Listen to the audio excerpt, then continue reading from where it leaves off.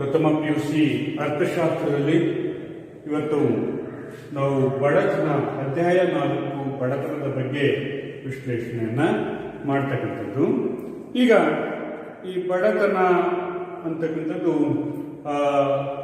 ಜಾಗತಿಕವಾಗಿರ್ತಕ್ಕಂಥ ಒಂದು ಸಮಸ್ಯೆ, ಜಾಗತಿಕ ಮಟ್ಟದಲ್ಲಿ ಕಂಡು ಬರ್ತಕ್ಕಂತಹ ಒಂದು ಆರ್ಥಿಕ ಸಮಸ್ಯೆ. ಹೀಗಾಗಿ ನಾವು ಇದರ ಬಗ್ಗೆ ಕೂಲಂಕುಷವಾಗಿ ಅಧ್ಯಯನವನ್ನು ಮಾಡೋಣ. ಅದರಲ್ಲೂ ಭಾರತದಲ್ಲಿ ಈ ಬಡತನದ ಅಧ್ಯಾಯದಲ್ಲಿ ಮುಖ್ಯವಾಗಿ ಬಡತನ ಅಂದರೆ ಏನು, ಬಡತನದ ವ್ಯಾಖ್ಯಾನಗಳು, ಬಡತನದ ಲಕ್ಷಣಗಳು, ಹಾಗೆಯೇ ಬಡತನದ ವಿವಿಧ ಆಯಾಮಗಳನ್ನು ನಾವು ನೋಡಬೇಕಾಗುತ್ತೆ. ಹಾಗೆಯೇ ಬಡತನಕ್ಕೆ ಮಾಪನ ಮಾಡುವಂತಹ ಸಾಧನಗಳು ಅಥವಾ ಬಡತನದ ಸೂಚ್ಯಾಂಕಗಳನ್ನು ನಾವು ತಿಳ್ಕೊಳ್ತಕ್ಕಂಥ ಪ್ರಯತ್ನವನ್ನು ಮಾಡ್ತೀವಿ. ಹಾಗೆಯೇ ಇಲ್ಲಿ ಮುಖ್ಯವಾಗಿ ಬಡತನಕ್ಕೆ ಕಾರಣಗಳು ಮತ್ತು ಬಡತನ ನಿವಾರಣಾ ಕ್ರಮಗಳು, ಆನಂತರ ಒಂದು ಮೌಲ್ಯಮಾಪನ, ನಾವು ಸಾಧಿಸಿರ್ತಕ್ಕಂಥ ಅಭಿವೃದ್ಧಿಯ ಒಂದು ಮೌಲ್ಯಮಾಪನ, ಈ ಎಲ್ಲ ವಿಷಯಗಳನ್ನು ಈ ಅಧ್ಯಾಯದಲ್ಲಿ ನಾವು ನೋಡ್ತೀವಿ. ಈಗ ಬಡತನ ಅಂತಕ್ಕಂಥ ಪರಿಕಲ್ಪನೆ ಅಂತಕ್ಕಂಥದ್ದು ಅರ್ಥಶಾಸ್ತ್ರದಲ್ಲಿ ಇದೊಂದು ಆರ್ಥಿಕ ಸಮಸ್ಯೆ. ಬಡತನ ಅಂತಕ್ಕಂಥದ್ದು ಒಂದು ಆರ್ಥಿಕ ಸಮಸ್ಯೆ. ಅದರಲ್ಲೂ ಭಾರತದಲ್ಲಿ ಬಡತನ ಅಂತಕ್ಕಂಥದ್ದನ್ನ ನಾವಿವತ್ತು ಅಧ್ಯಯನ ಮಾಡೋಣ. ಈಗ ಭಾರತ ಕಳೆದ 6.5-7 ದಶಕದಲ್ಲಿ, 6.5ರಿಂದ 7 ದಶಕದಲ್ಲಿ ಈಗ ಭಾರತ ಒಂದು ಸ್ವತಂತ್ರವನ್ನು ಹೊಂದಿದ ನಂತರ ಭಾರತದ ಅಭಿವೃದ್ಧಿ ಮತ್ತು ಆರ್ಥಿಕ ನೀತಿಗಳು, ಅವುಗಳ ಪರಿಣಾಮಗಳನ್ನು ಕಳೆದ ತರಗತಿಯಲ್ಲಿ ನಾವು ತಿಳ್ಕೊಂಡಿದ್ದೀವಿ. ಅಂದರೆ ಭಾರತಕ್ಕೆ ಬ್ರಿಟಿಷರ ಸ್ವಾತಂತ್ರ್ಯವನ್ನು ಪಡೆದ ನಂತರ, ಭಾರತ ಬ್ರಿಟಿಷರಿಂದ ಸ್ವಾತಂತ್ರ್ಯವನ್ನು ಪಡೆದ ನಂತರ ಸರಿಸುಮಾರು ಇಲ್ಲಿಗೆ 6.5ರಿಂದ 7 ದಶಕಗಳಾಗಿದ್ದಾವೆ. ಈ 7 ದಶಕದಲ್ಲಿ ಭಾರತದ ಆರ್ಥಿಕ ನೀತಿಗಳು ಮತ್ತು ಅವುಗಳ ಪರಿಣಾಮಗಳನ್ನು ನಾವು ನೋಡಿದ್ದೀವಿ. ನಮ್ಮ ಸ್ವಾತಂತ್ರ್ಯದ ಪಡೆದಂಥ ಮುಖ್ಯ ಉದ್ದೇಶ ಏನು ಅಂತ ಹೇಳಿದ್ರೆ, ಭಾರತವನ್ನು ಅಭಿವೃದ್ಧಿಯನ್ನಾಗೊಳಿಸಬೇಕು, ಸ್ವಾವಲಂಬಿ ರಾಷ್ಟ್ರವನ್ನಾಗಿ ಮಾಡಬೇಕು ಅಂತಕ್ಕಂತಹ ಹಿನ್ನೆಲೆಯನ್ನು ಇಟ್ಟುಕೊಂಡು ನಾವು ಆರ್ಥಿಕ ನೀತಿಗಳು ಮತ್ತು ಅವುಗಳ ಪರಿಣಾಮಗಳನ್ನು ಕಳೆದ 3 ಅಧ್ಯಾಯಗಳಲ್ಲಿ ವಿಶ್ಲೇಷಣೆಯನ್ನು ಮಾಡಿದ್ದೀವಿ. ಈ ಅಧ್ಯಾಯದಲ್ಲಿ ಒಂದು ಬಡತನದ ಪ್ರಮಾಣ ಯಾವ ರೀತಿ ಇದೆ, ಬಡತನದ ಸ್ಥಿತಿಗತಿಗಳು, ಭಾರತದಲ್ಲಿ ಬಡತನದ ಸ್ಥಿತಿಗತಿಗಳು ಯಾವ ರೀತಿ ಇದೆ ಅನ್ನೋದನ್ನ ನಾವು ನೋಡ್ಕೊಳ್ಳೋಣ. ಸ್ವಾತಂತ್ರ್ಯದ ಮುಖ್ಯ ಗುರಿ ಏನಾಗಿತ್ತು, ಭಾರತಕ್ಕೆ ಸ್ವಾತಂತ್ರ್ಯವನ್ನ ತಂದಂತಹ ಸಂದರ್ಭದಲ್ಲಿ ಆಗ ಮುಖ್ಯ ಗುರಿ ಏನಾಗಿತ್ತು ಅಂತ ಹೇಳಿದ್ರೆ, ಜನರಿಗೆ ಮೂಲಭೂತ ಅವಶ್ಯಕತೆಗಳನ್ನು ಒದಗಿಸುವುದು. ಜನರಿಗೆ ಮೂಲಭೂತ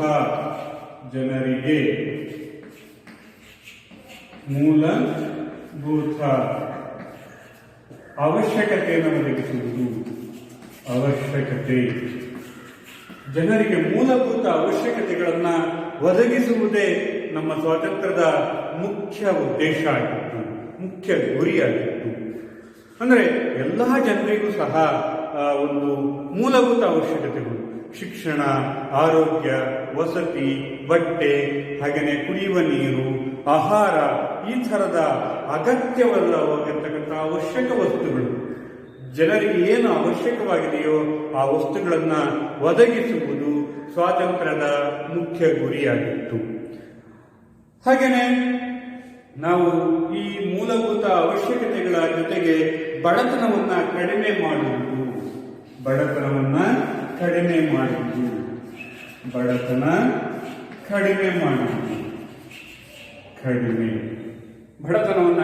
ಮಾಡುವುದು ಸಹ ನಮ್ಮ ಸ್ವಾತಂತ್ರ್ಯದ ಮುಖ್ಯ ಗುರಿಯಾಗಿತ್ತು. ನಾವೇನು ಅಭಿವೃದ್ಧಿಯನ್ನು ಸಾಧಿಸಬೇಕು ಅಂತಕ್ಕಂಥದ್ದೇನು ಹೊರಟಿವಿ, ಅದರ ಮುಖ್ಯ ಗುರಿ ಏನಾಗಿತ್ತು, ಬಡತನವನ್ನು ಕಡಿಮೆ ಮಾಡಬೇಕಾಗಿತ್ತು. ಬಡತನ ಅಂತ ಹೇಳಿದ್ರೆ ಏನು, ಭಾರತದಲ್ಲಿ ಸ್ವಾತಂತ್ರ್ಯ ಬಂದಂಥ ಸಂದರ್ಭದಲ್ಲಿ ಆಹಾರದ ಕೊರತೆಯನ್ನು ಕಂಡು ಬಂತು. ಹಾಗೆಯೇ ಒಂದು ಉದ್ಯೋಗ ಇಲ್ಲದ ಸ್ಥಿತಿಗಳು ನಿರ್ಮಾಣ ಆಗಿತ್ತು. ಆದಾಯದ ಮೂಲಗಳು ಇಲ್ಲದೆ ಇರತಕ್ಕಂಥದ್ದನ್ನು ಸನ್ನಿವೇಶವನ್ನು ಇತ್ತು. ಅವುಗಳಿಂದ ಹೊರಬರದೆ ಭಾರತದ ಸ್ವಾತಂತ್ರ್ಯದ ಮುಖ್ಯ ಗುರಿಯಾಗಿತ್ತು. ಅಂದರೆ ಆಹಾರದ ಸಮಸ್ಯೆಯನ್ನು ನಿವಾರಣೆ ಮಾಡಬೇಕಾಗಿತ್ತು. ಹಾಗೆಯೇ ಎಲ್ಲ ಜನರಿಗೂ ಸಹ ಉದ್ಯೋಗ ಅವಕಾಶಗಳನ್ನು ಒದಗಿಸಿ ಅವರ ಆದಾಯದ ಮಟ್ಟವನ್ನು ಹೆಚ್ಚಿಸುವುದು ನಮ್ಮ ಸ್ವಾತಂತ್ರ್ಯದ ಮುಖ್ಯ ಉದ್ದೇಶ ಆಗಿತ್ತು. ಹಾಗೆಯೇ ಮೂರನೇದಾಗಿರ್ತಕ್ಕಂಥದ್ದು ಪ್ರತಿಯೊಬ್ಬ ಜನರಿಗೂ ಸಹ ಕನಿಷ್ಠ ಮೂಲಭೂತ ಸೌಲಭ್ಯಗಳನ್ನು ಒದಗಿಸುವುದು, ಕನಿಷ್ಠ ಜೀವನ ಮಟ್ಟವನ್ನು ದೊರಕಿಸುವುದು. ಕನಿಷ್ಠ ಜೀವನ ಮಟ್ಟ, ಕನಿಷ್ಠ ಜೀವನ ಮಟ್ಟವನ್ನು ಒದಗಿಸುವುದು. ಎಲ್ಲ ಜನರಿಗೂ ಸಹ ಮೂಲಭೂತ ಅವಶ್ಯಕತೆಗಳನ್ನು ಒದಗಿಸುವುದರ ಜೊತೆಗೆ ಅವರಿಗೆ ಒಂದು ಕನಿಷ್ಠ ಜೀವನ ಮಟ್ಟ, ನಮ್ಮ ಪಂಚವಾರ್ಷಿಕ ಯೋಜನೆಗಳನ್ನು ರೂಪಿಸುವುದರ ಮೂಲಕ ಅಭಿವೃದ್ಧಿಯನ್ನು ಸಾಧಿಸಿ ಅವರಿಗೆ ಸಮಾನತೆಯನ್ನು ಜಾರಿಗೆ ತಂದು ಎಲ್ಲ ಬಡ ಜನರು ಸಹ ಮೇಲೇಳುವಂತಹ ಅಥವಾ ಅಂತ್ಯೋದಯ ಜನರು ಅಂತ ಕರಿತೀವಿ, ಅಂತ್ಯೋದಯ ಜನರಿಗೆ ಕನಿಷ್ಠವಾಗಿರ್ತಕ್ಕಂಥ ಜೀವನ ಮಟ್ಟವನ್ನು ಒದಗಿಸುವುದು ನಮ್ಮ ಸ್ವಾತಂತ್ರ್ಯದ ಮುಖ್ಯ ಗುರಿಯಾಗಿತ್ತು. ನಾವು ಸ್ವಾತಂತ್ರ್ಯವನ್ನು ಪಡೆದಿದ್ದೀವಿ, ಆ ಸ್ವಾತಂತ್ರ್ಯದ ಮುಖ್ಯ ಗುರಿ ನಾವು ಏನು ಇಟ್ಕೊಂಡಿದ್ದೀವಿ, ಧ್ಯೇಯೋದ್ದೇಶಗಳು ಸ್ವಾತಂತ್ರ್ಯದ ಹೋರಾಟದ ಸಂದರ್ಭದಲ್ಲಿ ಭಾರತ ಸರ್ಕಾರದ ಅಥವಾ ಭಾರತದ ನೇತಾರರು ಇಟ್ಕೊಂಡಿರ್ತಕ್ಕಂಥ ಗುರಿ ಏನಾಗಿತ್ತು, ಎಲ್ಲ ಜನರಿಗೂ ಸಹ ಮೂಲಭೂತ ಅವಶ್ಯಕತೆಗಳನ್ನು ಒದಗಿಸುವುದಾಗಿತ್ತು. ಹಾಗೆಯೇ ಬಡತನವನ್ನು ಕಡಿಮೆ ಮಾಡ್ತಕ್ಕಂಥದ್ದು ಮತ್ತು ಕನಿಷ್ಠ ಜೀವನ ಮಟ್ಟ. ಕನಿಷ್ಠ ಅಂತ ಹೇಳಿದ್ರೆ ಭಾರತದ ಒಬ್ಬ ಪ್ರಜೆ ಬದುಕೋದಕ್ಕೆ, ಜೀವನವನ್ನು ಸಾಗಿಸೋದಕ್ಕೆ ಬೇಕಾಗಿರ್ತಕ್ಕಂತಹ ಅಗತ್ಯ ವಸ್ತುಗಳನ್ನು ಖರೀದಿಸುವಂತಹ ಒಂದು ಸಾಮರ್ಥ್ಯ ಬರಬೇಕು. ಅಗತ್ಯ ಜೀವನಾವಶ್ಯಕ ವಸ್ತುಗಳನ್ನು ಖರೀದಿಸುವಂತಹ, ಕೊಂಡುಕೊಳ್ಳುವಂತಹ ಸಾಮರ್ಥ್ಯ ಆ ವ್ಯಕ್ತಿಯಲ್ಲಿ ದೊರಕಿಸುವುದೇ ನಮ್ಮ ಸ್ವಾತಂತ್ರ್ಯದ ಮೂಲ ಉದ್ದೇಶ ಆಗಿತ್ತು. ಹಾಗಾಗಿ ಇಲ್ಲಿ ಎಲ್ಲ ಅಂತ್ಯೋದಯ ಜನರ ಒಂದು ಆಶಾಕಿರಣ, ಅವರಲ್ಲಿ ಒಂದು ಉದ್ಯೋಗವನ್ನು ಒದಗಿಸಿಕೊಡ್ತಕ್ಕಂಥದ್ದು, ಆದಾಯವನ್ನು ಹೆಚ್ಚಿಸತಕ್ಕಂಥದ್ದು, ಹೀಗೆ ಹಲವಾರು ಕ್ರಮಗಳನ್ನು ಅನುಸರಿಸಿ ಅವರ ಕನಿಷ್ಠ ಮಟ್ಟದ ಜೀವನ ಮಟ್ಟವನ್ನು ಸುಧಾರಿಸುವುದು ಆಗಿತ್ತು. ಈಗ ಹಾಗಾದ್ರೆ ಈ ಹಿನ್ನೆಲೆಯಲ್ಲಿ ಜವಾಹರ್ಲಾಲ್ ನೆಹರೂರವರು 1947ರ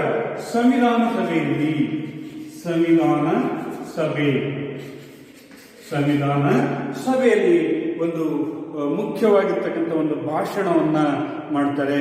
ಆ ಭಾಷಣ ಏನಪ್ಪ ಅಂತ ಹೇಳಿದ್ರೆ ಮುಖ್ಯವಾಗಿರ್ತಕ್ಕಂಥದ್ದು ಈ ಸಾಧನೆ, ಅಂದ್ರೆ ಸ್ವಾತಂತ್ರ್ಯದ ಸಾಧನೆ ಒಂದು ಪ್ರಮುಖ ಹೆಜ್ಜೆ ಮತ್ತು ನಮ್ಮ ಯಶಸ್ಸು ಹಾಗೂ ಸಾಧನೆಗಳ ತೆರೆದಿಟ್ಟ ದೊಡ್ಡ ಒಂದು ಸವಾಲು, ಒಂದು ದೊಡ್ಡ ಅವಕಾಶ ಅಂತ ಹೇಳಿದ್ರೆ ಸ್ವಾತಂತ್ರ್ಯ ಪಡೆದಂತಹದ್ದು ನಮ್ಮ ಯಶಸ್ಸು ಮತ್ತು ನಮ್ಮ ದೊಡ್ಡ ಸಾಧನೆಗೆ ಸಿಕ್ಕಂತಹ ಒಂದು ಅವಕಾಶ. ಹಾಗಾಗಿ ಇಲ್ಲಿ ಅವರು ಮುಂದುವರಿತಾ ಹೇಳ್ತಾರೆ, ಬಡತನ ಮತ್ತು ಅಜ್ಞಾನ, ರೋಗ ರುಜಿನಗಳ ನಿರ್ಮೂಲನೆ ಮತ್ತು ಅವಕಾಶಗಳ ಅಸಮತೋಲನವನ್ನು ಕೊನೆಗೊಳಿಸುವುದೇ ನಮ್ಮ ಮುಂದಿರುವ ದೊಡ್ಡ ಸವಾಲು ಅಂತ ಹೇಳ್ತಾರೆ. ಅಂತ ಹೇಳಿದ್ರೆ ಬಡತನ ಮತ್ತು ಅಜ್ಞಾನ, ರೋಗ ರುಜಿನಗಳ ನಿರ್ಮೂಲನೆ ಮತ್ತು ಅವಕಾಶಗಳ ಅಸಮತೋಲನವನ್ನ ಕೊನೆಗೊಳಿಸುವುದೇ ಸ್ವತಂತ್ರ ಭಾರತದ ದೊಡ್ಡ ಸವಾಲು ಅಂತ ಹೇಳಿ ಜವಾಹರ್ಲಾಲ್ ನೆಹರು ಅವರು ಹೇಳ್ತಾರೆ. ಅಂದ್ರೆ ಇವರ ಮಾತಿನ ಒಂದು ಸಾರಾಂಶವನ್ನು ನೋಡಿದ್ರೆ ನಮಗೆ ಮುಖ್ಯವಾಗಿ ಬಡತನವನ್ನ ನಿವಾರಣೆ ಮಾಡುವುದೇ ಭಾರತದ ಮುಖ್ಯ ಉದ್ದೇಶ ಆಗಿತ್ತು. ಇಲ್ಲಿ ಬಡತನವನ್ನು ನಿವಾರಣೆ ಮಾಡಬೇಕು ಅಂತ ಹೇಳಿದ್ರೆ ಅವರಿಗೆ ಅಜ್ಞಾನವನ್ನ ನಾವು ತೊಲಗಿಸಿ ಸಾಕ್ಷರತೆಯನ್ನ ದೊರಕಿಸಿಕೊಡಬಹುದು. ಬಡತನ ಮತ್ತು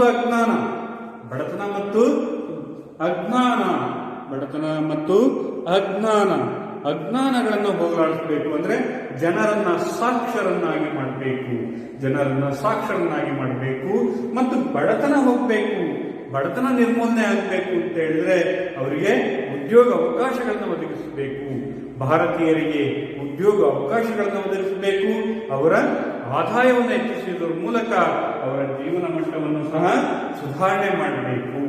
ಆದಾಯವನ್ನು ಹೆಚ್ಚಿಸೋದ್ರ ಮೂಲಕ ಅವರ ಜೀವನ ಮಟ್ಟವನ್ನ ಸುಧಾರಣೆ ಮಾಡಬೇಕು. ಹಾಗಾಗಿ ಬಡತನ ಅಂತ ಹೇಳಿದ್ರೆ ಎಲ್ಲ ಜನರಿಗೂ, ಬಡ ಜನರಿಗೆ ಅಥವಾ ಅಂತ್ಯೋದಯದ ಜನರಿಗೆ ಅವರಿಗೆ ಉದ್ಯೋಗವನ್ನು ಒದಗಿಸಿ ಆದಾಯವನ್ನು ಒದಗಿಸಿಕೊಡ್ತಕ್ಕಂಥದ್ದು. ಮತ್ತು ಅಜ್ಞಾನವನ್ನು ತೊಡಗಿಸಬೇಕು ಅಂತ ಹೇಳಿದ್ರೆ ಅವರಿಗೆ ಸಾಕ್ಷರನ್ನಾಗಿ ಮಾಡ್ತಕ್ಕಂಥದ್ದು. ಮತ್ತು ಅಲ್ಲಿ ರೋಗ ರುಜಿನಗಳ ನಿರ್ಮೂಲನೆ ಮಾಡ್ತಕ್ಕಂಥದ್ದು. ರೋಗ ರುಜಿನಗಳ ನಿರ್ಮೂಲನೆ ಅಂತ ಹೇಳಿದ್ರೆ ಇಲ್ಲಿ ಆರೋಗ್ಯ ಸೌಲಭ್ಯಗಳನ್ನು ಒದಗಿಸುವುದು. ಬಡ ಜನರಿಗೆ, ಭಾರತದ ಪ್ರತಿಯೊಬ್ಬ ಪ್ರಜೆಗೂ ಸಹ ಒಂದು ಆರೋಗ್ಯ ಸೌಲಭ್ಯಗಳನ್ನ ಒದಗಿಸುವುದು. ಮತ್ತು ಇಲ್ಲಿ ಅವಕಾಶಗಳನ್ನ ನಾವು ಅಸಮತೋಲನವನ್ನು ನಿವಾರಣೆ ಮಾಡಬೇಕು.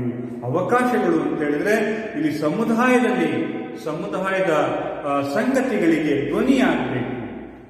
ಸಮುದಾಯದ ಸಂಗತಿಗಳಿಗೆ ಧ್ವನಿಯಾಗುವಂತಹ ಒಂದು ಭರವಸೆಯನ್ನ ಭಾರತೀಯರಿಗೆ ಒದಗಿಸಿಕೊಡಬೇಕು.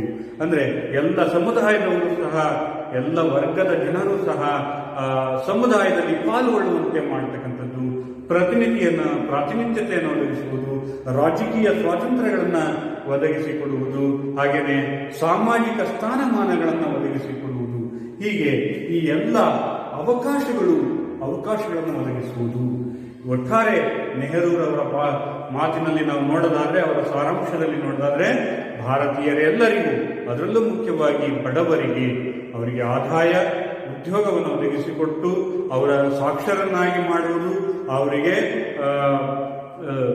ಆರೋಗ್ಯ ಸೌಲಭ್ಯಗಳನ್ನು ಒದಗಿಸಿಕೊಡುವುದು ಮತ್ತು ಪ್ರಾತಿನಿಧ್ಯತೆಯನ್ನು ಒದಗಿಸಿಕೊಡುವುದು. ಪ್ರಾತಿನಿಧ್ಯತೆ ಸಾಮಾಜಿಕ ಕ್ಷೇತ್ರದಲ್ಲಿ, ರಾಜಕೀಯ ಕ್ಷೇತ್ರದಲ್ಲಿ ಮತ್ತು ಸಮುದಾಯಗಳಲ್ಲಿ, ಎಲ್ಲ ಕ್ಷೇತ್ರಗಳಲ್ಲೂ ಸಹ ಅವರಿಗೆ ಅವಕಾಶಗಳನ್ನು ಒದಗಿಸಿಕೊಟ್ಟಾಗ ಈ ಅಸಮತೋಲನ ಅಂತಕ್ಕಂಥದ್ದು ನಿವಾರಣೆ ಆಗುತ್ತೆ. ಈ ಒಂದು ಸಾಧನೆಯನ್ನು ಸಾಧಿಸುವುದೇ ಭಾರತದ ಮುಂದಿರುವ ದೊಡ್ಡ ಸವಾಲು ಅಂತ ಹೇಳಿ 1947ರ ಸಂವಿಧಾನದ ರಚನಾ ಸಭೆಯಲ್ಲಿ ಜವಾಹರ್ಲಾಲ್ ನೆಹರೂರವರು ಮಾತಾಡ್ತಾ ಹೇಳ್ತಾರೆ. ಹಾಗೂ ಇನ್ನ ಮುಂದುವರೆದು ನಾವು ನೋಡೋದಾದ್ರೆ, ಭಾರತದಲ್ಲಿ ನಾವು ಯಾಕೆ ಬಡತನದ ಬಗ್ಗೆ ಅಧ್ಯಯನ ಮಾಡಬೇಕು ಅಂತ ಹೇಳಿದ್ರೆ, ಭಾರತದಲ್ಲಿ ವಿಶ್ವದಲ್ಲಿಯೇ 5% ಬಡವರಿದ್ದಾರೆ.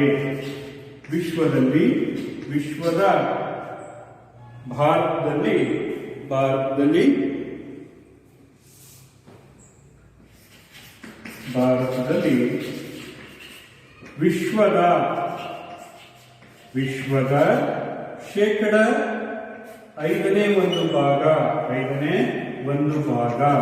ಅಂದ್ರೆ 20% ಬಡವರು, 20% ಬಡವರು ಭಾರತೀಯದಲ್ಲಿ ವಾಸವಾಗಿದ್ದಾರೆ.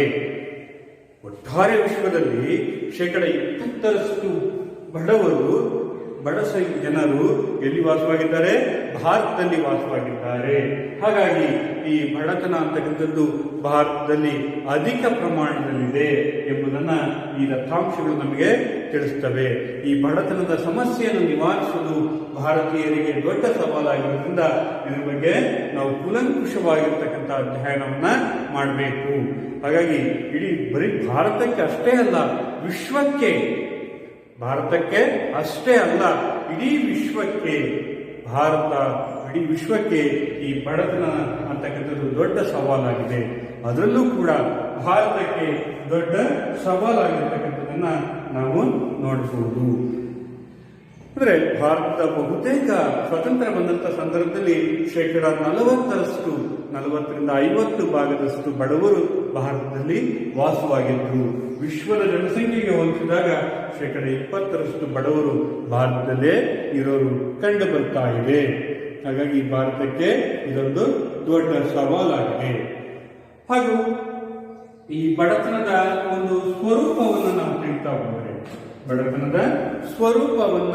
ತಿಳಿಯೋದಾದ್ರೆ, ಬಡತನದ ಹಲವಾರು ಸ್ವರೂಪಗಳನ್ನ ಹೊಂದಿದೆ. ಹಲವಾರು ಸ್ವರೂಪವನ್ನ ಹೊಂದಿದೆ. ಬಡತನದ ಹಲವಾರು ಸ್ವರೂಪಗಳನ್ನ ಅದು ಒಳಗೊಂಡಿರ್ತಕ್ಕಂಥದ್ದು. ಒಂದೇದಾಗಿರ್ತಕ್ಕಂಥದ್ದು ಇದು ಕಾಲ ವಿವಿಧ ಸ್ಥಳಗಳಲ್ಲಿ ವಿವಿಧ ಸ್ಥಳದಿಂದ ಸ್ಥಳಕ್ಕೆ ಬದಲಾಗುತ್ತದೆ. ಸ್ಥಳದಿಂದ ಸ್ಥಳಕ್ಕೆ ಬದಲಾಗುತ್ತದೆ. ಸ್ಥಳದಿಂದ ಸ್ಥಳಕ್ಕೆ ಬದಲಾವಣೆ. ಸ್ಥಳದಿಂದ ಸ್ಥಳಕ್ಕೆ ಬದಲಾವಣೆ ಆಗ್ತಾ ಇದೆ. ಬಡತನ ಅಂತಕ್ಕಂಥದ್ದು ಒಂದೊಂದು ದೇಶದಲ್ಲಿಯೂ ಒಂದೊಂದು ಪ್ರದೇಶದಲ್ಲೂ ಒಂದೊಂದು ಸ್ವರೂಪವನ್ನು ಹೊಂದಿದೆ, ಒಂದೊಂದು ಲಕ್ಷಣಗಳನ್ನ ಇದು ಹೊಂದಿದೆ. ಇಲ್ಲಿ ದಕ್ಷಿಣ ಭಾರತದ ಬಡತನ, ಹಾಗೆಯೇ ಉತ್ತರ ಭಾರತದ ಬಡತನ, ಹೀಗೆ ಭಾರತದಲ್ಲಿ ಪ್ರದೇಶದಿಂದ ಪ್ರದೇಶಕ್ಕೆ ಕೆಲವು ರಾಜ್ಯಗಳು ಹೆಚ್ಚು ಬಡವರಾಗಿದ್ದರೆ ಇನ್ನು ಕೆಲವು ರಾಜ್ಯಗಳು ಕಡಿಮೆ ಬಡತನವನ್ನ ಹೊಂದಿದ್ದಾವೆ. ಹೀಗೆ ಪ್ರದೇಶದಿಂದ ಪ್ರದೇಶಕ್ಕೆ ಬಡತನ ಅಂತಕ್ಕಂಥದ್ದು ಬದಲಾವಣೆಯನ್ನ ಹೊಂದ್ತಾ ಇದೆ. ಹಾಗೆಯೇ ಈ ಬಡತನದ ಎಲ್ಲ ಜನರು ಸಹ ಈ ಬಡತನವನ್ನ ಸಾಮಾನ್ಯವಾಗಿ ಜನರು ತಪ್ಪಿಸಿಕೊಳ್ಳಲು ಬಯಸುವ ಒಂದು ಪರಿಸ್ಥಿತಿಯೇ ಬಡತನ ಅಂತೇಳಿ ಕರಿಬಹುದು. ಜನರು ತಪ್ಪಿಸಿಕೊಳ್ಳ ಬಯಸುವ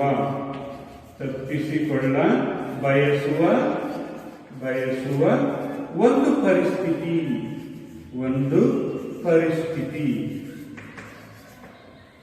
ಶ್ರೀಮಂತರಿರ್ಬೋದು, ಬಡವರಾಗಿರ್ಬೋದು, ಯಾರೇ ಆಗಿರ್ಬೋದು, ಈ ಬಡತನವನ್ನ ತಪ್ಪಿಸಿಕೊಳ್ಳಲು ಬಯಸುವಂತಹ ಒಂದು ಪರಿಸ್ಥಿತಿಯಾಗಿದೆ. ಯಾರೇ ಆಗಲಿ, ಪ್ರತಿಯೊಬ್ಬ ಪ್ರಜೆಯೂ ಸಹ, ಪ್ರತಿಯೊಬ್ಬ ವ್ಯಕ್ತಿಯೂ ಸಹ ಬಡತನದಿಂದ ತಪ್ಪಿಸಿಕೊಳ್ಳೋದಕ್ಕೆ ಪ್ರಯತ್ನಿಸ್ತಾನೆ ಅಂತ ಹೇಳಿದ್ರೆ, ಬಡತನ ಅಂತಕ್ಕಂಥದ್ದು ಅದನ್ನ ಹೇಳಿದ್ರೆ ಗೊತ್ತಾಗಲ್ಲ, ಅದನ್ನ ಅನುಭವಿಸಿದವರಿಗೆ ಅದರ ಬಗ್ಗೆ ಅರಿವು ಅಂತಕ್ಕಂಥದ್ದು ಇರುತ್ತೆ. ಬಡತನ ಅಂದ್ರೆ ಹಸಿವು, ಬಡತನ ಅಂದ್ರೆ ದರಿದ್ರತನ, ಹೀಗೆ ಹಸಿವು ಮತ್ತು ದುರ್ಬಲತೆ, ಬಡತನ ಅಂದ್ರೆ ದುರ್ಬಲತೆ. ಹೀಗೆ ಈ ಸಂಕಷ್ಟದಿಂದ ಹೊರಬರೋದಕ್ಕೆ ಎಲ್ಲ ಜನರು ಸಹ ಬಯಸುವಂತಹ ಒಂದು ಸ್ಥಿತಿಯಾಗಿದೆ. ಹೀಗೆ ಬಡತನ ಪ್ರತಿಯೊಬ್ಬರಿಗೂ ಸಹ ಆಹಾರವನ್ನು ಒದಗಿಸುವುದು. ಬಡತನವನ್ನು ನಿವಾರಿಸಬೇಕು ಅಂತ ಹೇಳಿದ್ರೆ ಬಡತನದ ನಿವಾರಣೆ ಆಗಬೇಕು ಅಂತ ಹೇಳಿದ್ರೆ ಪ್ರತಿಯೊಬ್ಬರಿಗೂ ಸಹ ಆಹಾರವನ್ನ ಒದಗಿಸುವುದು, ಸಾಕಷ್ಟು ಆಹಾರವನ್ನ ಒದಗಿಸಬೇಕು. ಸಮರ್ಪಕವಾಗಿರ್ತಕ್ಕಂಥ ವಸತಿ ಸೌಲಭ್ಯಗಳನ್ನ ಕೊಡಬೇಕಾಗುತ್ತೆ. ಹಾಗೆಯೇ ಶಿಕ್ಷಣದ ಸೌಲಭ್ಯ, ಆರೋಗ್ಯ ಸೌಲಭ್ಯಗಳು ಮತ್ತು ಹಿಂಸೆಯಿಂದ ರಕ್ಷಣೆಯನ್ನು ಒದಗಿಸುವುದು. ಹಾಗೆಯೇ ಸಮುದಾಯದ ಸಂಗತಿಗಳಿಗೆ ಧ್ವನಿಯಾಗುವುದಕ್ಕೆ ಅವಕಾಶಗಳನ್ನ, ಪ್ರಾತಿನಿಧ್ಯತೆಗಳನ್ನ ಒದಗಿಸಬೇಕಾಗುತ್ತದೆ. ಹಾಗಾದಾಗ ಮಾತ್ರ ಬಡತನ ಅಂತಕ್ಕಂಥದ್ದು ನಿವಾರಣೆ ಆಗುತ್ತದೆ. ಹೀಗಾಗಿ ಬಡತನ ಅಂತಕ್ಕಂಥದ್ದು ನಿವಾರಣೆ ಆಗಬೇಕು ಅಂತ ಹೇಳಿದ್ರೆ ಪ್ರತಿಯೊಬ್ಬರಿಗೂ ಆಹಾರದ ಸೌಲಭ್ಯಗಳನ್ನು ಒದಗಿಸಬೇಕು, ಸಾಕಷ್ಟು ಪ್ರಮಾಣದಲ್ಲಿ ಆಹಾರವನ್ನ ಒದಗಿಸಬೇಕಾಗುತ್ತದೆ. ಹಾಗೆಯೇ ಎಲ್ಲ ಜನರಿಗೂ ಸಹ, ಪ್ರತಿಯೊಂದು ಕುಟುಂಬಗಳಿಗೂ ಸಹ ವಸತಿ ಸೌಲಭ್ಯಗಳನ್ನ ಮತ್ತು ಬಟ್ಟೆಯ ಉತ್ಪಾದನೆಯ ಪ್ರಮಾಣವನ್ನ ಹೆಚ್ಚಿಸಬೇಕು. ವಸತಿಗಳನ್ನು ನಿರ್ಮಾಣ ಮಾಡಬೇಕು ಮತ್ತು ಬಟ್ಟೆಗಳ ಉತ್ಪಾದನೆಯನ್ನ ನಾವು ಹೆಚ್ಚಿಸಬೇಕಾಗುತ್ತದೆ. ಹಾಗೆಯೇ ಆರೋಗ್ಯದ ಲಭ್ಯತೆಯನ್ನು ಒದಗಿಸಬೇಕು. ಪ್ರತಿಯೊಬ್ಬ ವ್ಯಕ್ತಿಯೂ ಸಹ ಆರೋಗ್ಯದ ಒಂದು ಸೌಲಭ್ಯವನ್ನು ಪಡೆಯುವಂತಾಗಬೇಕು. ವೈದ್ಯಕೀಯ ಸೌಲಭ್ಯಗಳು ಪ್ರತಿಯೊಬ್ಬ ವ್ಯಕ್ತಿಗೂ ಸಹ ದೊರೆಯಬೇಕು. ಅನಂತರ ಬಹು ಮುಖ್ಯವಾಗಿರ್ತಕ್ಕಂಥದ್ದು ಹಿಂಸೆಯಿಂದ ರಕ್ಷಣೆ. ಹಿಂಸೆ ಅಂತ ಹೇಳಿದ್ರೆ ಇಲ್ಲಿ ಲಿಂಗ ತಾರತಮ್ಯವಾಗಿರ್ಬೋದು ಅಥವಾ ಶೋಷಣೆಗಳಾಗ್ಬೋದು, ಪ್ರಬಲರು ದುರ್ಬಲರ ಮೇಲೆ ನಡೀತಕ್ಕಂತಹ ಶೋಷಣೆಗಳು, ಇವುಗಳನ್ನ ಈ ಹಿಂಸೆಯಿಂದ ರಕ್ಷಿಸಬೇಕಾಗುತ್ತದೆ. ಹಿಂಸೆಯಿಂದ ರಕ್ಷಣೆ ಪಡಿಬೇಕು. ಹಿಂಸೆಯಿಂದ ರಕ್ಷಣೆ ಕೊಡ್ತಕ್ಕಂಥದ್ದು ಹಾಗಾದಾಗ ಮಾತ್ರ ಬಡತನ ನಿವಾರಣೆ ಆಗಲಿಕ್ಕೆ ಸಾಧ್ಯ ಆಗುತ್ತದೆ. ಹಾಗೇನೆ ಈ ಸಮುದಾಯದ ಸಂಗತಿಗಳಿಗೆ, ಅಂದ್ರೆ ಸಮಾಜದಲ್ಲಿ ಆಗುವ ಹೋಗ್ತಕ್ಕಂತಹ ಎಲ್ಲ ಸಂಗತಿಗಳ ಬಗ್ಗೆ ಧ್ವನಿ ಆಗಬೇಕು. ಧ್ವನಿಯಾಗಬೇಕು ಅಂತ ಹೇಳಿದ್ರೆ ಪ್ರತಿಯೊಬ್ಬ ವ್ಯಕ್ತಿಗೂ ಸಹ ರಾಜಕೀಯ ಪ್ರಾತಿನಿಧ್ಯತೆಯನ್ನು ಒದಗಿಸಿಕೊಡಬೇಕು. ಎಲ್ಲ ಸಮುದಾಯಗಳಿಗೂ ಸಹ ರಾಜಕೀಯ ಪ್ರಾತಿನಿಧ್ಯತೆಯನ್ನು ಕೊಡಬೇಕು. ಸಾಮಾಜಿಕ ಭದ್ರತೆಯನ್ನು ಒದಗಿಸಿಕೊಡಬೇಕಾಗುತ್ತದೆ. ಸಾಮಾಜಿಕ ಭದ್ರತೆಯನ್ನು ಒದಗಿಸಿಕೊಡಬೇಕು. ಈ ಎಲ್ಲ ಅಂಶಗಳನ್ನ ನಾವು ಈಡೇರಿಸಿದ್ರೆ ಬಡತನವನ್ನ ನಿವಾರಣೆ ಮಾಡೋದಕ್ಕೆ ಸಾಧ್ಯತೆ ಇದೆ. ಹೀಗಾಗಿ ಒಟ್ಟಾರೆ ಈ ಬಡತನದ ವ್ಯಾಖ್ಯಾನವನ್ನ ನಾವು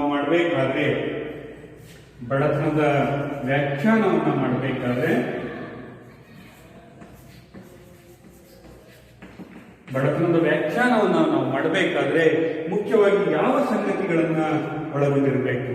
ಬಡತನದ ವ್ಯಾಖ್ಯಾನವನ್ನ ನಾವು ನಿರೂಪಿಸಬೇಕಾದ್ರೆ ಸಾಕಷ್ಟು ಜಾಗೃತಿಯನ್ನು ವಹಿಸಬೇಕಾಗುತ್ತೆ. ಇಲ್ಲಿ ಯಾಕೆಂತ ಹೇಳಿದ್ರೆ ಆ ವ್ಯಾಖ್ಯಾನದಿಂದ ನಮಗೆ ಬಡತನದ ಸಮಸ್ಯೆ ಅಂತಕ್ಕಂಥದ್ದು ನಿವಾರಣೆ ಆಗಬೇಕು. ನಮ್ಮ ಬಡತನ ಕಡಿಮೆಯಾಗುವಂತಿರಬೇಕು. ಬಡತನದ ವ್ಯಾಖ್ಯಾನ ಹೇಗಿರಬೇಕು? ಬಡತನ ಕಡಿಮೆಯಾಗುವಂತಿರಬೇಕು. ಹಾಗೆಯೇ ಅದು ಕಾಲಾನಂತರದಲ್ಲಿ ಬದಲಾವಣೆಗೆ ಹೊಂದಿಕೊಳ್ಳುವಂತಿರಬೇಕು. ಬದಲಾವಣೆಗೆ ಹೊಂದಿಕೊಂಡಿರುವಂತಿರಬೇಕು.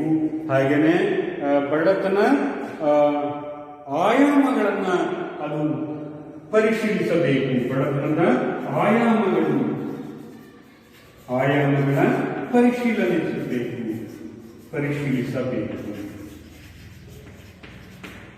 ಬಡತನದ ಆಯಾಮವನ್ನು ಪರಿಶೀಲಿಸಬೇಕು. ಈ ಎಲ್ಲ ಸಂಗತಿಗಳನ್ನ ಇಟ್ಕೊಂಡು ನಾವು ವ್ಯಾಖ್ಯಾನವನ್ನ ನಿರೂಪಿಸಬೇಕಾಗುತ್ತೆ. ನಾವು ವ್ಯಾಖ್ಯಾನವನ್ನು ನಿರೂಪಿಸುವಂತ ಸಂದರ್ಭದಲ್ಲಿ ನಮ್ಮ ಬಡತನದ ಪ್ರಮಾಣ ಕಡಿಮೆ ಆಗಬೇಕು. ಒಂದು ವ್ಯಾಖ್ಯಾನವನ್ನು ಕೊಟ್ಟಿವಿ ಅಂತ ಹೇಳಿದ್ರೆ ಆ ವ್ಯಾಖ್ಯಾನದಿಂದ ಅಲ್ಲಿ ಬಡವರು ಯಾರು ಅನ್ನೋದು ಗೊತ್ತಾಗಬೇಕು. ಬಡತನದ ರೇಖೆ ಹೇಗೆ? ಬಡತನದ ರೇಖೆಯನ್ನು ನಾವು ನಿರ್ದಿಷ್ಟಪಡಿಸಬೇಕು. ಬಡವರು ಯಾರು, ಬಡವರಲ್ಲದವರು ಅಂದ್ರೆ ಮೇಲ್ವರ್ಗದವರು, ಶ್ರೀಮಂತರು ಯಾರು ಅನ್ನೋದನ್ನ ಸ್ಪಷ್ಟವಾಗಿ ಆ ವ್ಯಾಖ್ಯಾನ ನಮಗೆ ಹೇಳ್ತಾ ಇರಬೇಕು. ಹಾಗಾಗಿ ಬಡವರು ಯಾರು, ಎಷ್ಟು ಜನ ಇದ್ದಾರೆ, ಎಲ್ಲಿದ್ದಾರೆ, ಇದನ್ನ ಈ ವ್ಯಾಖ್ಯಾನದಲ್ಲಿ ಸ್ಪಷ್ಟವಾಗಿ ಆ ವ್ಯಾಖ್ಯಾನದಲ್ಲಿ ನಮಗೆ ತೋರಿಸುವಂತಿರಬೇಕು. ಮತ್ತು ಕಾಲಾನಂತರದಲ್ಲಿ ಬಡತನದ ಸ್ವರೂಪದಲ್ಲಿ ಬದಲಾವಣೆ ಆಗ್ತಾ ಇರಬಹುದು. ಕಾಲಾನಂತರದಲ್ಲಿ ಬಡತನದ ಸ್ವರೂಪದಲ್ಲಿ ಬದಲಾವಣೆ ಆಗಬಹುದು. ಈಗಿರ್ತಕ್ಕಂಥ ಬಡತನಕ್ಕೂ ಮುಂದೆ ಅಭಿವೃದ್ಧಿಯನ್ನು ಹೊಂದಿದ ನಂತರ ಆಗ ಬರ್ತಕ್ಕಂಥ ಬಡತನಕ್ಕೂ ವ್ಯತ್ಯಾಸಗಳಿರ್ತವೆ. ಹೀಗೆ ಕಾಲಾನಂತರದಲ್ಲಿ ಆಗ್ತಕ್ಕಂಥ ಬದಲಾವಣೆಗೆ ಆ ವ್ಯಾಖ್ಯಾನ ಹೊಂದಿಕೆ ಆಗ್ತಾ ಇರಬೇಕು. ಹೊಂದಿಕೆ ಆಗುವಂತಹ ಒಂದು ವ್ಯಾಖ್ಯಾನವನ್ನ ನಾವು ರಚಿಸಬೇಕು. ಹಾಗೆಯೇ ಬಡತನದ ಆಯಾಮಗಳನ್ನ ಪರಿಶೀಲಿಸುವಂತಿರಬೇಕು. ಈ ವ್ಯಾಖ್ಯಾನ ಅಂತಕ್ಕಂಥದ್ದು ಬಡತನದ ಆಯಾಮಗಳನ್ನ ಪರಿಶೀಲಿಸುವಂತಿರಬೇಕು. ಆಯಾಮಗಳು ಅಂತ ಹೇಳಿದ್ರೆ ಬಡತನದ ಮಾಪನಗಳನ್ನ ಅದು ಪರಿಶೀಲಿಸುವಂತಿರಬೇಕು.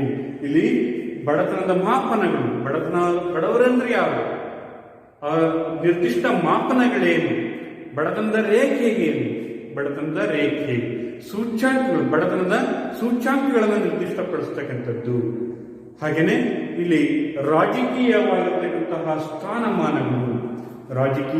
ಸ್ಥಾನಮಾನಗಳು, ಇಲ್ಲಿ ಸೂಚ್ಯಾಂಕಗಳು, ಆಯಾಮಗಳು ಅಂತ ಹೇಳಿದ್ರೆ ಅನುಭೋಗದ ಮಟ್ಟ, ಆದಾಯ, ಭದ್ರತೆ, ರಾಜಕೀಯ ಸ್ಥಾನಮಾನಗಳು ಮತ್ತು ಸಾಮಾಜಿಕ ಭಾಗವಹಿಸುವಿಕೆ, ಇವೆಲ್ಲ ಸಂಗತಿಗಳನ್ನ ಈ ಆಯಾಮದಲ್ಲಿ ಪರಿಶೀಲಿಸಬೇಕು. ಈ ಆಯಾಮದಲ್ಲಿ ಪರಿಶೀಲಿಸಬೇಕಾಗಿರ್ತಕ್ಕಂತಹ ಅಗತ್ಯತೆ ಅಂತಕ್ಕಂಥದ್ದು ಕಂಡುಬರುತ್ತದೆ. ಹಾಗಾಗಿ ಬಡತನ ಅಂತಕ್ಕಂಥದ್ದು ಮುಖ್ಯವಾಗಿ ವಿವಿಧ ಆಯಾಮಗಳು ಅಂತ ಹೇಳಿದ್ರೆ ಬಡವರು ಅಂದ್ರೆ ಯಾರು ಅಂತೇಳಿ ಅದು ಗುರುತಿಸ್ತಾ ಇರಬೇಕು. ಮತ್ತು ಈ ಒಂದು ಮುಖ್ಯವಾಗಿ ಆ ಬಡವರ ಅನುಭೋಗ ಮಟ್ಟ ಎಷ್ಟಿರಬೇಕು, ಬಡವರ ಆದಾಯದ ಮಟ್ಟ ಎಷ್ಟಿರಬೇಕು, ಮತ್ತೆ ಸಾಮಾಜಿಕ ಭದ್ರತೆಗಳು ಯಾವ ರೀತಿ ಇರಬೇಕು ಬಡವರಿಗೆ, ಹಾಗೇನೆ ರಾಜಕೀಯ ಪ್ರಾತಿನಿಧ್ಯತೆ, ಈ ಎಲ್ಲ ಸಂಗತಿಗಳನ್ನ ಈ ಆಯಾಮದಲ್ಲಿ ಪರಿಶೀಲಿಸ್ತಾ ಇರಬೇಕಾಗುತ್ತದೆ. ಹೀಗಾಗಿ ವ್ಯಾಖ್ಯಾನವನ್ನ ನಾವು ನಿರೂಪಿಸಬೇಕಾದ್ರೆ ಸಾಕಷ್ಟು ಮುಂಜಾಗ್ರತಾ ಕ್ರಮಗಳನ್ನ ಅನುಸರಿಸಬೇಕಾಗುತ್ತದೆ. ಹೀಗಾಗಿ ಇಲ್ಲಿ ನಾವು ಈ ವ್ಯಾಖ್ಯಾನವನ್ನ ನೋಡಿದಾಗ ಒಬ್ಬ ವಿದ್ವಾಂಸ ಅರ್ಥಶಾಸ್ತ್ರಜ್ಞರಾಗಿರ್ತಕ್ಕಂತಹ ಶಾಹಿನ್ ರಫೀಕ್ ಅಂತಕ್ಕಂಥವ್ರು. ಶಾಹಿನ್ ರಫೀಕ್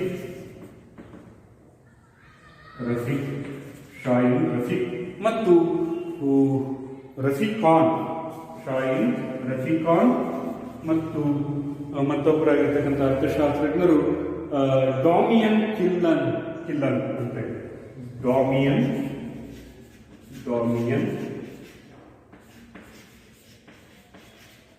ಕಿಲ್ಲನ್ ಅಂತಕ್ಕಂತಹ ಅರ್ಥಶಾಸ್ತ್ರಜ್ಞರು ಒಂದು ವ್ಯಾಖ್ಯಾನವನ್ನು ಕೊಟ್ಟಿದ್ದಾರೆ. ಅವರ ಹೇಳಿಕೆಯ ಪ್ರಕಾರ ಬಡತನವೆಂದರೆ ಶಾಲೆಗೆ ಹೋಗದಿರುವುದು, ಬಡತನವೆಂದರೆ ಶಾಲೆಗೆ ಹೋಗದಿರುವುದು, ಸಾಧ್ಯ ಆಗ್ತಾ ಇಲ್ಲ, ಶಾಲೆಗೆ ಹೋಗೋದಕ್ಕೆ ಸಾಧ್ಯವಾಗದೇ ಇರುವಂತಹ ಸನ್ನಿವೇಶ. ಅಂದ್ರೆ ಶಾಲೆಗೆ ಹೋಗ್ಬೇಕಾದ್ರೆ ನಾವು ಫೀಸನ್ನ ಕಟ್ಟಬೇಕಾಗತ್ತೆ. ಆ ಫೀಸನ್ನ ಕಟ್ಟೋದಕ್ಕೆ ಅಲ್ಲಿ ಆ ವ್ಯಕ್ತಿ ಹತ್ರ ಸಾಕಷ್ಟು ಆದಾಯದ ಮಟ್ಟ ಇಲ್ಲದೆ ಇರ್ತಕ್ಕಂಥದ್ದು, ಓದೋದಕ್ಕೆ ಬರದೇ ಇರುವಂತಹ ಸನ್ನಿವೇಶ, ಓದಲು ಬರೆಯಲು ಅರ್ಥ ಮಾಡಿಕೊಳ್ಳುವಂತಹ ಒಂದು ಸನ್ನಿವೇಶ ಅವರಲ್ಲಿ ಬರದೇ ಇರತಕ್ಕಂಥದ್ದು. ಯಾರಲ್ಲಿ ಓದೋದಕ್ಕೆ ಬರೆಯೋದಕ್ಕೆ ಬರದಿಲ್ವೋ, ಯಾರು ಶಾಲೆಗೆ ಹೋಗೋದಕ್ಕೆ ಆಗ್ತಾ ಇಲ್ವೋ ಅವರು ಬಡವರು. ಬಡತನವೆಂದರೆ ಶಾಲೆಗೆ ಹೋಗದಿರುವ ಸನ್ನಿವೇಶ, ಶಾಲೆಗೆ ಹೋಗೋದಕ್ಕೆ ಸಾಧ್ಯವಾಗದಿರುವ ಸನ್ನಿವೇಶ. ಸಾಧ್ಯವಾಗದಿರುವುದು ಅಂತ ಹೇಳಿದ್ರೆ ಅಲ್ಲಿ ಅವರಿಗೆ ಆದಾಯ ಇಲ್ಲ, ಶಾಲೆಯ ಪಠ್ಯಪುಸ್ತಕಗಳನ್ನು ಖರೀದಿಸೋದಕ್ಕೆ, ಶಾಲೆಯ ಫೀಸನ್ನು ಕಟ್ಟೋದಕ್ಕೆ ಆಗದೇ ಇರುವಂತಹ ಸನ್ನಿವೇಶ. ಮತ್ತು ಅಲ್ಲಿ ಹೋದ್ರೆ ಅವರಿಗೆ ಆದಾಯದಲ್ಲಿ ಕೆಲಸ ಕಳೆದುಕೊಳ್ಳುವಂತಹ ಒಂದು ಭೀತಿ, ಕೆಲಸವನ್ನ ಕಳೆದುಕೊಳ್ಳುವಂತಹ ಭೀತಿಯು ಸಹ ಅವರಲ್ಲಿ ಕಂಡು ಬರುತ್ತದೆ. ಹೀಗಾಗಿ ಇಲ್ಲಿ ಶಾಲೆಗೆ ಹೋಗದಿರುವಂತಹ ಸನ್ನಿವೇಶವನ್ನ ನಾವು ರಫೀಕ್ ಖಾನ್ ರವರು ಬಡತನ ಅಂತಂದ್ರೆ ಏನು, ಶಾಲೆಗೆ ಹೋಗದಿರುವಂತಹ ಸನ್ನಿವೇಶ. ಮತ್ತು ಬಡತನವೆಂದರೆ ಉದ್ಯೋಗವಿಲ್ಲದಿರುವುದು, ಬಡತನವೆಂತ ಹೇಳಿದ್ರೆ ಉದ್ಯೋಗವಿಲ್ಲದಿರುವ ಸನ್ನಿವೇಶ. ಬಡತನ ಅಂತಕ್ಕಂಥದ್ದು ಇಲ್ಲಿ ಅವರಿಗೆ ಉದ್ಯೋಗ ಇಲ್ಲ, ಸಾಕಷ್ಟು ಆದಾಯವನ್ನ ಗಳಿಸುವಂತಹ ಉದ್ಯೋಗಗಳು ಇಲ್ಲದೇ ಇರುವಂತಹ ಸನ್ನಿವೇಶಗಳು ನಾವು ಬಡತನ ಅಂತ ಹೇಳಿ ಕರಿಬಹುದು. ಹಾಗೆಯೇ ಬಡತನ ಅಂತ ಹೇಳಿದ್ರೆ ಭವಿಷ್ಯದ ಬಗ್ಗೆ ಭಯಗ್ರಸ್ತರಾಗಿರುವುದು. ಬಡತನ ಅಂತ ಹೇಳಿದ್ರೆ ಭವಿಷ್ಯದ ಬಗ್ಗೆ ಭಯಗ್ರಸ್ತರಾಗಿರುವುದು ಅಂತ ಹೇಳಿದ್ರೆ ಭವಿಷ್ಯದ ಜೀವನ, ಭವಿಷ್ಯದಲ್ಲಿ ಎದುರಾಗುವಂತಹ ಆಪತ್ಕಾಲದ ಒಂದು ಅಪಘಾತಗಳು, ಅವುಗಳನ್ನ ಎದುರಿಸೋದಕ್ಕೆ ಆಗದೇ ಇರತಕ್ಕಂಥ ಸನ್ನಿವೇಶ. ಅಂದ್ರೆ ಭವಿಷ್ಯದ ಬಗ್ಗೆ ಭಯವನ್ನ ಉಂಟು ಮಾಡತಕ್ಕಂಥ ಸನ್ನಿವೇಶ ಇದ್ರೆ ಅದನ್ನ ಬಡತನ ಅಂತ ಹೇಳಿ ಕರಿತೀವಿ. ಯಾರಲ್ಲಿ ಭವಿಷ್ಯದ ಬಗ್ಗೆ ಒಂದು ನಿರ್ದಿಷ್ಟವಾಗಿರ್ತಕ್ಕಂಥ ಗುರಿ ಇರೋದಿಲ್ಲ, ಭವಿಷ್ಯದಲ್ಲಿ ಯಾರಲ್ಲಿ ಭವಿಷ್ಯದ ಬಗ್ಗೆ ಭಯ ಇರ್ತದೋ ಅಂತ ಹೇಳಿದ್ರೆ ಅಪಘಾತಗಳಾಗಿರುವಂತಹ ಸಂದರ್ಭದಲ್ಲಿ ಅಥವಾ ಅಕಾಲಿಕ ಒಂದು ಸನ್ನಿವೇಶಗಳನ್ನ ಎದುರಿಸೋದಕ್ಕಾಗದೇ ಇರತಕ್ಕಂಥ ಪರಿಸ್ಥಿತಿಯನ್ನ ಬಡತನ ಅಂತ ಹೇಳಿ ನಾವು ಕರೀಬಹುದು. ಹಾಗೆಯೇ ಬಡತನ ಎಂದರೆ ಹಸಿವು, ಬಡತನ ಎಂದರೆ ಹಸಿವು. ಇಲ್ಲಿ ಹಸಿವು, ಬಡತನ ಅಂತ ಹೇಳಿದ್ರೆ ಹಸಿವು ಅಂತ ಹೇಳ್ತಾರೆ. ಅಂತ ಹೇಳಿದ್ರೆ ಅವರಿಗೆ ಒಂದು ಹೊತ್ತಿನ ಊಟವನ್ನ ಪಡೆಯೋದಕ್ಕೆ ಸಾಕಷ್ಟು ಪರದಾಡುವಂತಹ ಸನ್ನಿವೇಶ, ಒಂದು ಹೊತ್ತಿನ ಊಟವನ್ನ ಪಡೆಯೋದಕ್ಕೆ ಪರದಾಡುವಂತಹ ಸನ್ನಿವೇಶ ಅಂತ ಹೇಳಿದ್ರೆ ಅರೆ ಹೊಟ್ಟೆಯಲ್ಲಿ ಇರತಕ್ಕಂಥ ಸನ್ನಿವೇಶ.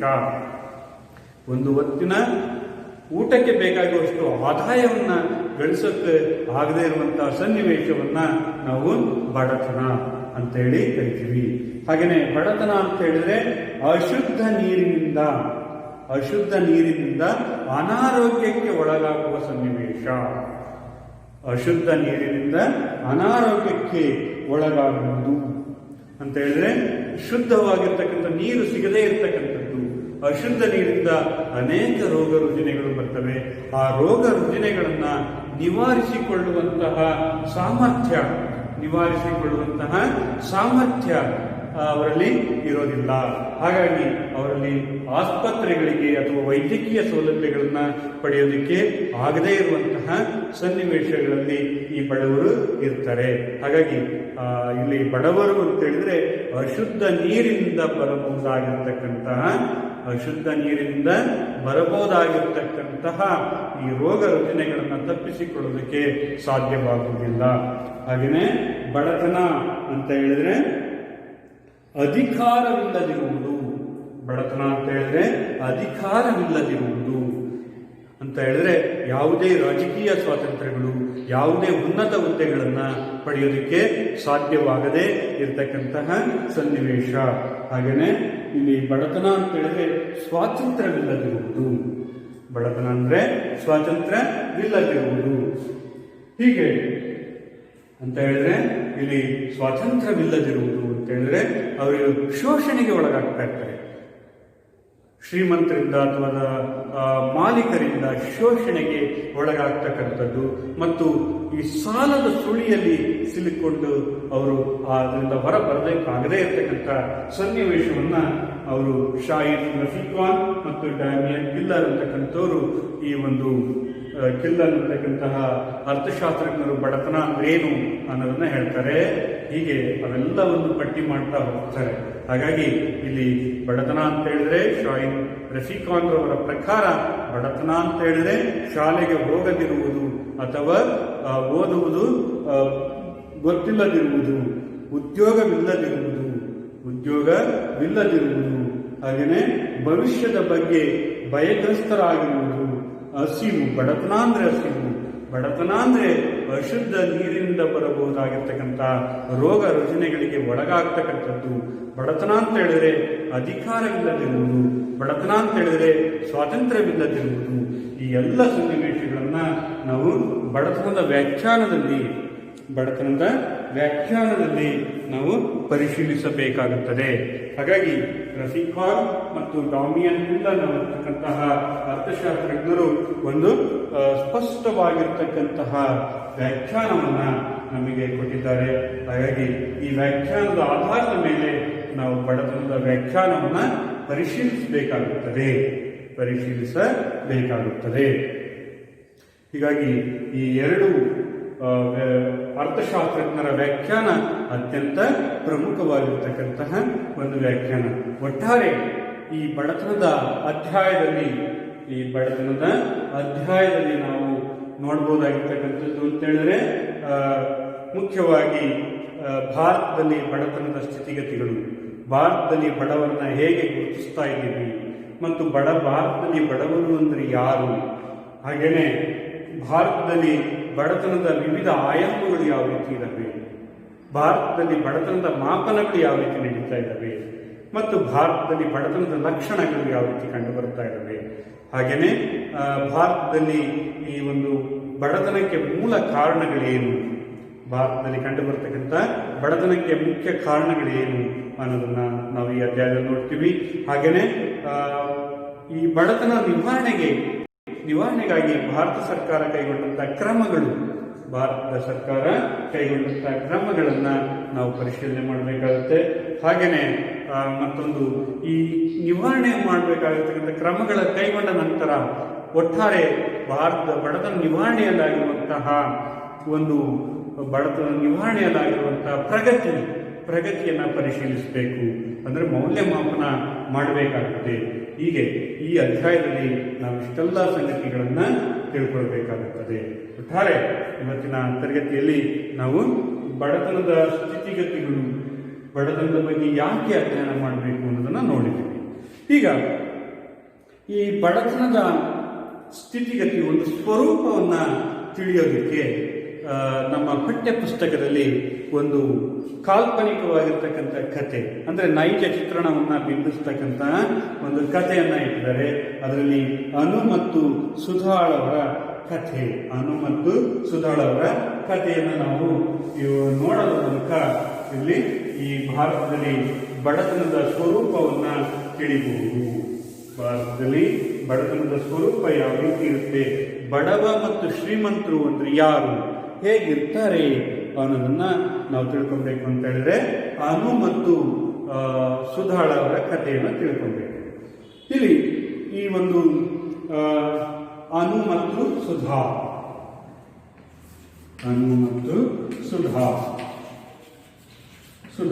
ಇವರ ಕಥೆಯನ್ನು ತಿಳ್ಕೊಬೇಕು. ಅನು ಇವರ ತಂದೆ ತಾಯಿಗಳು ಏನಾಗಿತ್ತು, ಅನು ತಂದೆ ತಾಯಿಗಳು ಏನಾಗಿದ್ದಾರೆ, ಅವರು ಬಡವರಾಗಿದ್ದಾರೆ, ಕಟ್ಟಡದ ಕಾರ್ಮಿಕರಾಗಿದ್ದಾರೆ. ಕಟ್ಟಡದ ಕಾರ್ಮಿಕರು. ಹಾಗೆಯೇ ಸುಧಾರ ತಂದೆ ತಾಯಿಗಳು ವ್ಯಾಪಾರಿ, ತಂದೆ ವ್ಯಾಪಾರಿ, ಹಾಗೆಯೇ ತಾಯಿ ವಿನ್ಯಾಸಗಾರ್ತಿ, ಡಿಸೈನರ್ ಅಂತ ಹೇಳಿ ಕರಿತೀವಿ.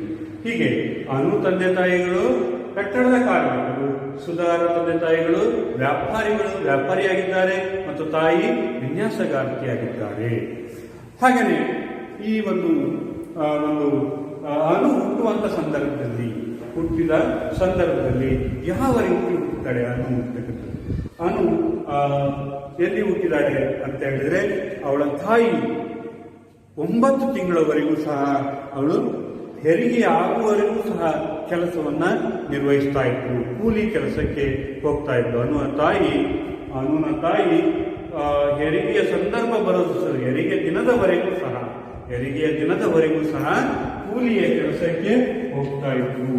ಯಾಕೆಂತ ಹೇಳಿದ್ರೆ, ಎಲ್ಲಾದ್ರೂ ಅವತ್ತು ಹೋಗಿಲ್ಲ ಅಂತ ಹೇಳಿದ್ರೆ ಅವತ್ತಿನ ಆದಾಯ ಇಲ್ಲ, ಕೆಲಸವನ್ನ ಕಳೆದುಕೊಳ್ಳುವ ಭೀತಿಯಿಂದಾಗಿ ಅವಳು ಹೆರಿಗೆ ಸಂದರ್ಭದವರೆಗೂ ಸಹ, ಹೆರಿಗೆ ದಿನದವರೆಗೂ ಸಹ ಅವಳು ಕೆಲಸಕ್ಕೆ ಹೋಗ್ತಾ ಇದ್ಳು. ಹಾಗೆಯೇ ಹೆರಿಗೆ ಆದ ನಂತರ ಆ ಅನುವನ್ನ ಒಂದು ಸೀರೆಯಲ್ಲಿ ಕಟ್ಟಿ ಮರಕ್ಕೆ ನೇತಾಕಿ ಅವಳು ಮಲಗಿಸಿ ಅವಳು ಕೆಲಸಕ್ಕೆ ಹೋಗ್ತಾ ಇದ್ಳು. ಅನ್ನುವ ತಾಯಿ ಏನ್ ಮಾಡ್ತಾ ಇದ್ಲು, ಅನುವನ್ನ ಸೀರೆಯಲ್ಲಿ ಕಟ್ಟಿ, ಚಿಕ್ಕ ಮಗು ಅನು, ಹಾಗಾಗಿ ಅವಳನ್ನ ಸೀರೆಯಲ್ಲಿ ಕಟ್ಟಿ ಒಂದು ಮರಕ್ಕೆ ಅದನ್ನ ನೇತು ಹಾಕಿ ಅಲ್ಲಿಂದ ಕೆಲಸಕ್ಕೆ ಹೋಗ್ತಾ ಇದ್ಲು. ಹೀಗೆ ಯಾಕೆಂತ ಹೇಳಿದ್ರೆ, ಕೆಲಸವನ್ನ ಕಳೆದುಕೊಳ್ಳುವ ಭೀತಿ ಮತ್ತು ಆದಾಯದ ಕೊರತೆ ಒಂದು ಕಡೆ ಕಂಡು ಬರ್ತಾ ಇತ್ತು, ಹಸಿವು ಅಂತಕ್ಕಂಥದ್ದು ಅವರಲ್ಲಿ ಕಂಡು ಬರ್ತಾ ಇತ್ತು. ಹಾಗಾಗಿ ಅವಳು ಈ ಒಂದು ಸಂಕಷ್ಟ ಸ್ಥಿತಿಯಲ್ಲಿ ಅನ್ನುವಂತಕ್ಕಂಥದ್ದು ನೋಡ್ತಾ ಇದ್ದೀವಿ. ಆದ್ರೆ ಸುಧಾ ಹೇಗೆ ಜನನ ಆಯಿತು ಅಂತ ಹೇಳಿದ್ರೆ, ಅವಳು ನರ್ಸಿಂಗ್ ಹೋಮ್ ಅಲ್ಲಿ ಜನನ ಆಯಿತು. ಹಾಗೇನೆ ಅವಳಿಗೆ ಬೆಚ್ಚನೆಯ ಉಡುಪುಗಳು, ಹಾಗೇನೆ ಅವಳಿಗೆ ತಾಯಿಯ ನಿರಂತರ ಆರೈಕೆ, ಹೀಗೆ ಸುಧಾ ಅವಳು ಬೆಳವಣಿಗೆಯನ್ನ ಹೊಂದ್ತಾ ಬರ್ತಾಳೆ. ಹಾಗೇನೆ ಅವಳ ಬಾಲ್ಯ ಜೀವನದಲ್ಲಿ ಅವಳು ಮರದ ಕಟ್ಟಿಗೆ, ಹಾಗೇನೆ ಮಣ್ಣು, ಕಲ್ಲು, ಇವುಗಳಲ್ಲಿ ಆಟವನ್ನ ಆಡ್ತಾ ಇದ್ಲು. ಇವಳ ಬಾಲ್ಯದ ಜೀವನ ಯಾವ ರೀತಿ ಇತ್ತು ಅನ್ನೋದನ್ನ ನಾವು ನೋಡಿದ್ರೆ, ಅವಳ ಬಾಲ್ಯದ ಜೀವನ ಮರ, ಹಾಗೇನೆ ಕಟ್ಟಿಗೆಗಳು, ಹಾಗೇನೆ ಕಬ್ಬಿಣದ ತುಂಡುಗಳು, ಹೀಗೆ ವೇಸ್ಟ್ ಆಗಿ ಬಿದ್ದಿರ್ತಕ್ಕಂಥ ಕಬ್ಬಿಣದ ತುಂಡುಗಳಲ್ಲಿಯೇ ಅವಳ ಒಂದು ಆಟಗಳು ನಡೀತಾ ಇದ್ವು. ಆದರೆ ಸುಧಾಳ ಒಂದು ಬಾಲ್ಯ ಜೀವನ, ಅವಳಿಗೆ ಸಂಗೀತ ಕೇಳ್ತಕ್ಕಂಥದ್ದು, ಹಾಡುವುದು, ಹೀಗೆ ಅವಳು ಒಂದು ಉತ್ತಮ ಸ್ಥಾನದಲ್ಲಿ ಸುಧಾ ಅವಳು ಬೆಳವಣಿಗೆಯನ್ನ ಹೊಂದ್ತಾಳೆ. ಆದರೆ ಅನುಗೆ ಬೇಕಾಗಿತ್ತು, ಅವಳಿಗೆ ಒಂದು ಆಸೆ ಇರುತ್ತೆ, ನಾನು ದೊಡ್ಡ ಸಂಗೀತಗಾರಳಾಗಬೇಕು, ಯಾವುದಾದ್ರೂ ವೇದಿಕೆಯಲ್ಲಿ ಸಂಗೀತ ಮತ್ತು ನಾಟ್ಯದ ನಾನು ಪ್ರದರ್ಶನ ಮಾಡಬೇಕು ಅಂತಕ್ಕಂಥ ಆಸೆ ಇರುತ್ತೆ. ಆದರೆ ಆಸೆ ಈಡೇರುವುದಿಲ್ಲ. ಯಾಕೆಂತ ಹೇಳಿದ್ರೆ, ಆ ಸೌಲಭ್ಯಗಳನ್ನು ಒದಗಿಸಿಕೊಡೋದಕ್ಕೆ ಅನ್ನುವ ತಂದೆ ತಾಯಿಗಳಲ್ಲಿ ಅಂತ ಸಾಮರ್ಥ್ಯ ಇರುವುದಿಲ್ಲ.